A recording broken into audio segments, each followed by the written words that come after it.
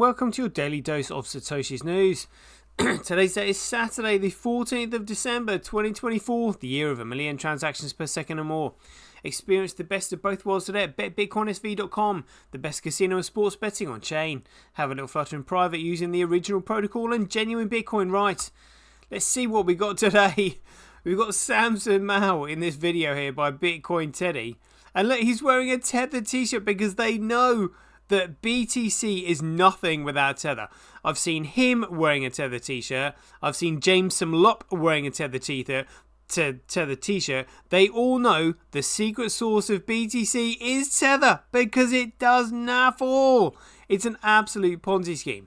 Just like probably the Ripple USD is going to do for Ripple, like Binance USD did for Binance Token. Tether is what does for BTC. Crazy. Got an article here from Ben Gazia Crypto saying Eric Trump promises digital revolution. Under his father, you're going to have the most pro-crypto president in the history of America. Oof. Oof. Is what I would say there. Hopefully we get to see, we'll get to see, oh no. Can I not read that? There we go. Alright, excellent.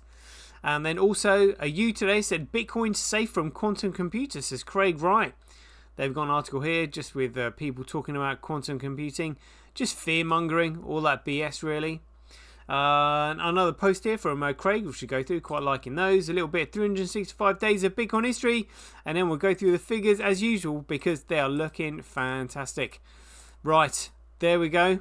Let's get into it. Satoshi, like a cowboy in the West, riding on the blockchain that they call the very best. 1 million strong, and transactions flying free. Just wait for the Teranode, you'll surely see. Here we go. Right, so let's see what Samson Mao is saying. If you look at the failure of fiat currencies, they don't gradually fail. They fail spectacularly. And this is the premise behind the 1 million Bitcoin call.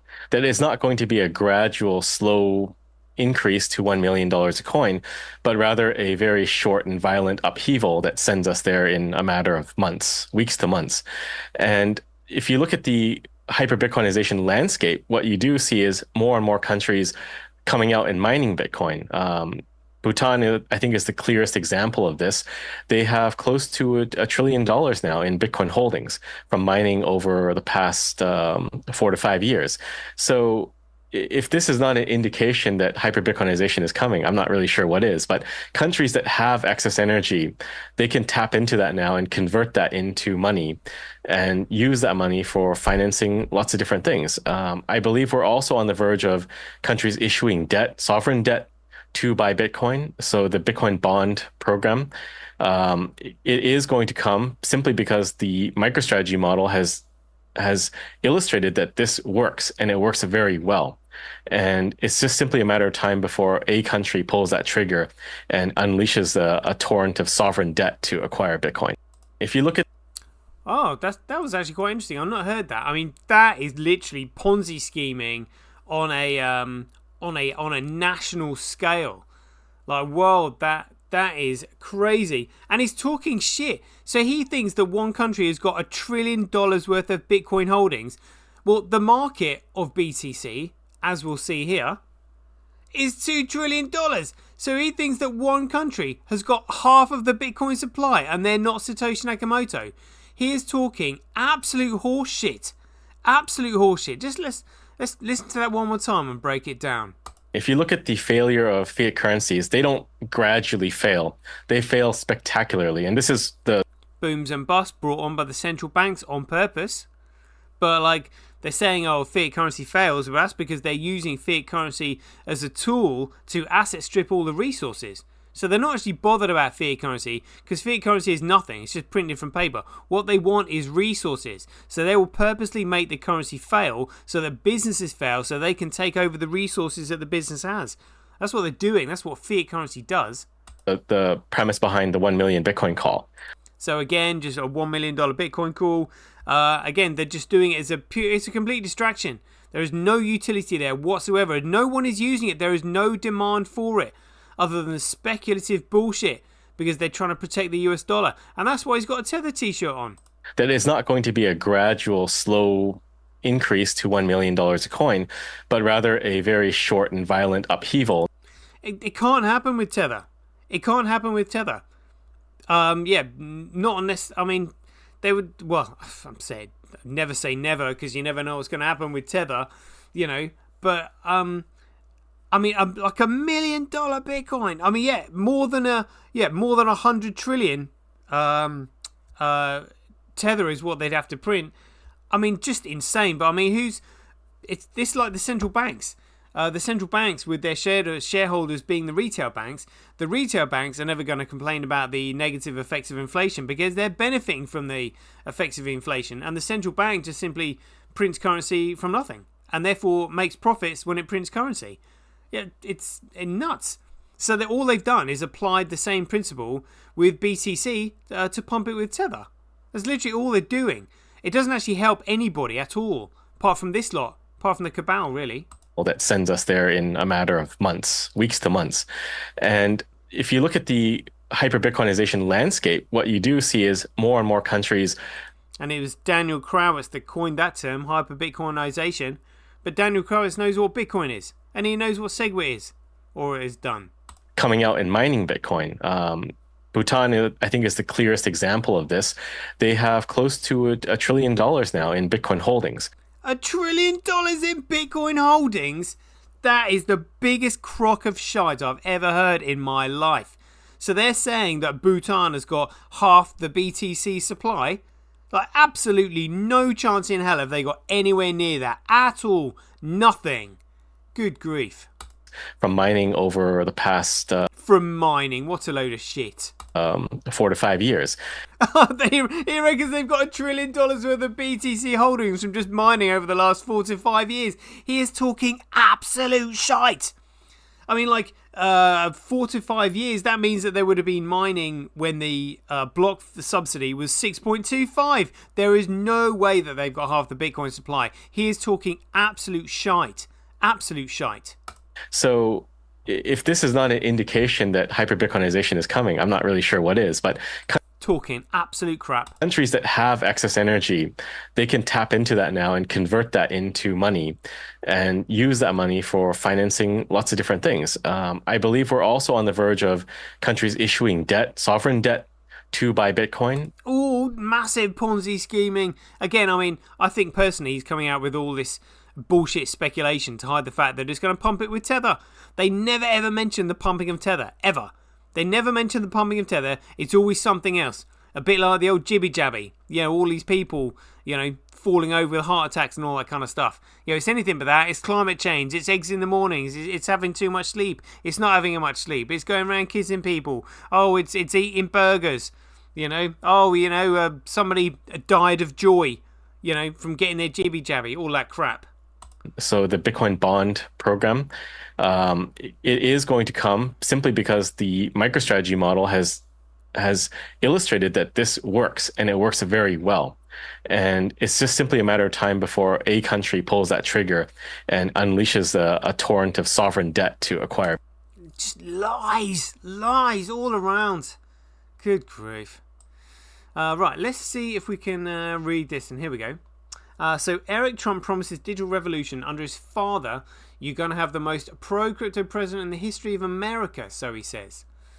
All right, so let's have a look at this. Eric Trump, son of... Oh, do we get to read this? Seriously? Let's see what we can do here about that.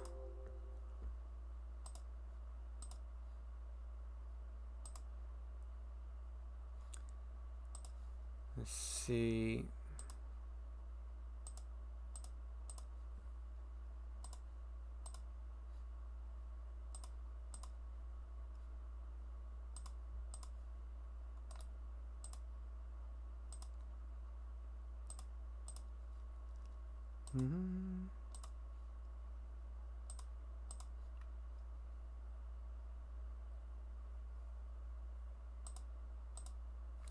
Alright, see if that makes a difference. Eric Trump's... Oh, come on. Come on. unlock access now? Not really. Oh, I was kind of looking forward to reading that. Oh, never mind. Alright, let's get on to you today. So, Bitcoin safe from quantum computers, says Craig Wright.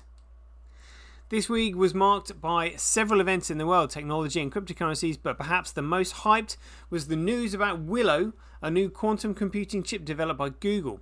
This computer solved in 5 minutes a problem that would take the fastest computer 10 septillion years. This news is related to cryptocurrencies such that it is assumed that such devices will be able to easily hack into blockchains and crypto wallets, destroying their security. Well, no, because their security isn't cryptographic, as Craig has always said. The data is secure. The only thing that's cryptographic is finding SHA-256, which they use as an economically competitive network. It's not cryptographic. Think, oh, it's got a Blake blockchain. This is just all that shit, hacking into blockchains and stuff. You know, it's oh, you've seen a bit of data that you can't delete. Oh, bad luck. You know, that data might not have your political aspirations are, because it might be truthful for the first time, but you know, you can't destroy its security. It's like saying, oh yeah, we can destroy gold, or you know, you can't. Previously, the theory that the emergence of a quantum computer could threaten the existence of cryptocurrencies has been actively discussed, but nothing like this has been taken seriously until now. The news from Google shook the market and, as a result, became one of the reasons for the liquidation of at least $2 billion in open positions of crypto traders. I think they're talking horseshit. Against this backdrop, many have begun to speculate whether the threat is real. Craig Wright, the scandalous Australian businessman who claims to be the creator of Bitcoin, Satoshi Nakamoto, was not left out. Bedtime story. In fact, Wright said in a new social media post that the quantum community should not worry about quantum computers. Why not? Because according to the self-proclaimed Satoshi, they do not exist, and even if they did, quantum computers and Schnorr algorithms do not solve the hash problem. They do not touch it. They cannot break it, and all the noise around it is just a bunch of lies. Says Wright. I'm far more inclined to agree with Craig there. He explains that a quantum computer will never break a hash, and all the speculation about it is nothing more than a bedtime story for people who want to feel smart. However, there remains an unresolved issue regarding key security. If it is believed that the quantum computers can easily extract a private key from a public key, according to some cryptologists, this is far more possible, but it cannot be ruled out in the future. Yeah, but it's whoever it is that's using that quantum computer. Quantum computers are not retail.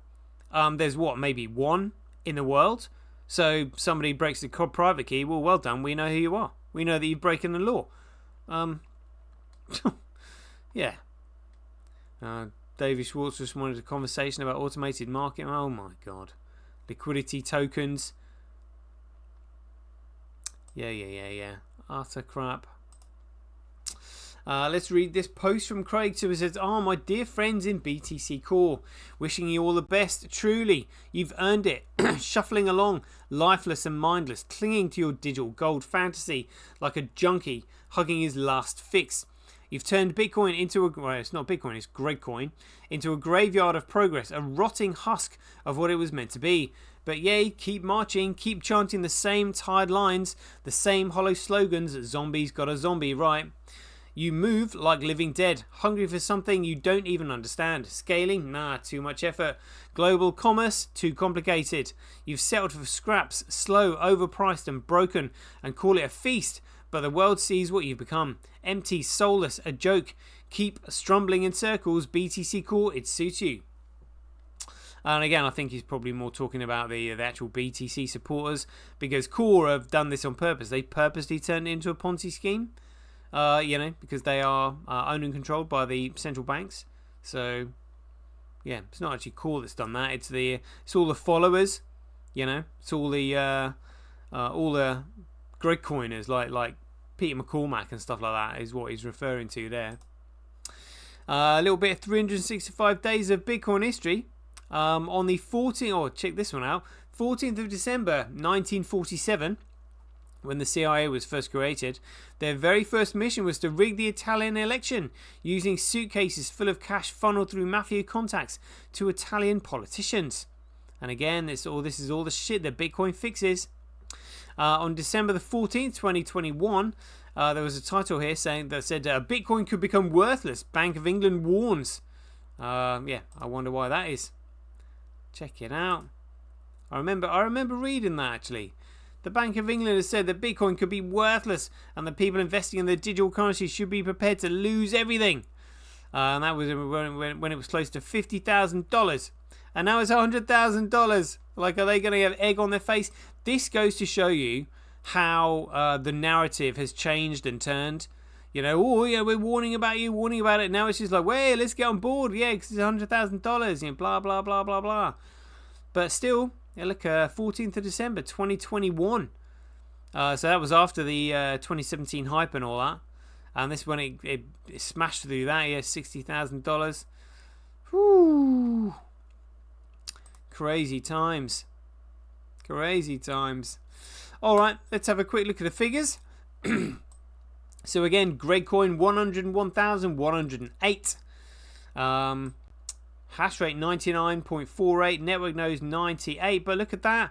You don't need network nodes and you don't need hash rate if there is no data or transactions on the network. And where are they? Oh, look at that. The block size on the genuine Bitcoin, 98%, 99.37% of the transactions. And remember, it's the nodes that process that create blocks and create blocks, process transactions, and then provide the hash rate. And the hash rate is attracted to the value, which is meant to be representative of the price. But the price is purely pumped by Tether because there's no utility on the market. But the miners need coinage. It's not enough for number to go up on miners, because they have a continued operating cost. They need coinage coming in. And number go up just simply won't suffice. And number go up just can't go up forever, because the amount of tether that they would be required to print would just be unbelievable, because you've got traders trading. You've got traders that be cashing out. There would be people cashing out all the time. They'd be very hard pushed to get it to like that, but I mean, never say never. Let's have a look at these blocks coming through. Absolutely massive. 376, 201, 422, 644, 450. These are all megabytes. 344, 528. Absolutely huge. Beautiful. It's 127,000 times cheaper to transact on Bitcoin than Gregcoin, mining Bitcoin at a 36.9% comparable loss. Look at this fees Satoshi's right down there on the log curve. Fee to block reward ratio going up, looking really good. Daily cumulative Bitcoin blockchain growth by network. It is strictly necessary that the longest chain is always considered the valid one. It's the only chart you need to look at, really. Gregcoin hash rate. Oof, let's just enlarge these. Look at that. So Foundry USA pools now 34% on Gregcoin. And Samson Mao thinks that some other entity has got like $1 trillion worth of BTC. What a load of crap. B Crash, other miners, 36% on there. Fisher Price Cash, who cares? Bitcoin, let's have a quick look at this. Q41. Tal 28.2, QD Link 25, Gorilla Pool down to 5. Still looking good though, 4 miners on there. Let's have a look at the transaction volume. 81,705,196. Cross-reference that with BitInfo charts. Yep, they correlate there. Look at that, representing 96.6. So you've only got 3.4%. No. Yeah, you've only got 3.4% there to split between these other shitcoins. So you've got BTC, a slither on there, Ethereum and XRP, and that's all they can fit in there. That's hilarious, because genuine Bitcoin is absolutely romping away. 80 million transactions in 24 hours. Absolutely sensational stuff.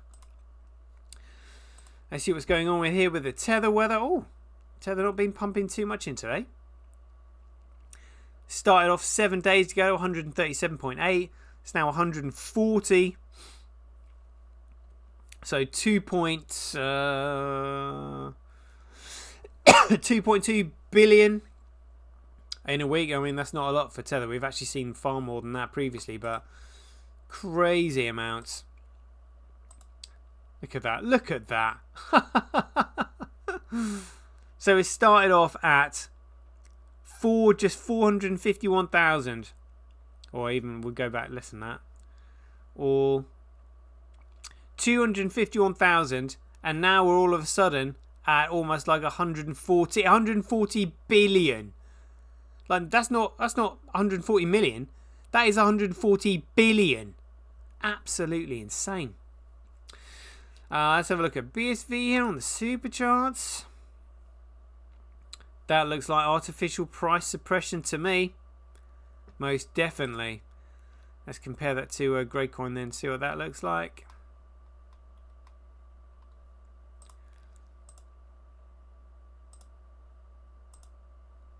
Really?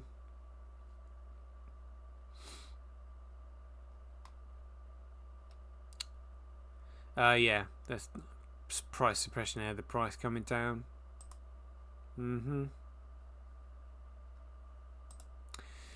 Let's have a look at Orange Gateway then. Let's have a look at this. Yeah, so it's Bitcoin versus USD. Definite price suppression there. Definite price suppression. And against the Mac Daddy, yep, look at that. You can see that is price suppression. Can't last though, I'm afraid. Just simply can't. Too much utility on the network. Overall then, $3.6 trillion market cap. Gradecoin with now a $2 trillion market cap. 101,213 according to Live Coin Watch.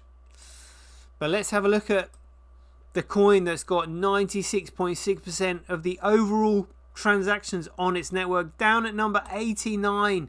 They're literally just trying to bury it on the coin market cap because they don't want people to know what it can and what it should do.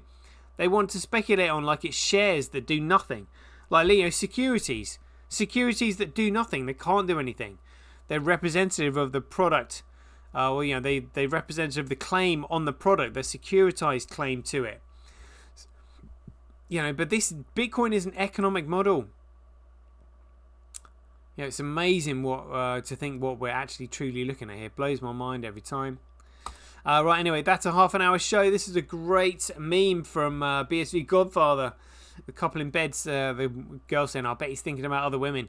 No, he's got a Teranode on the brain with 96.6% of the transaction network and can't sleep because he's so excited. That's a little bit like me.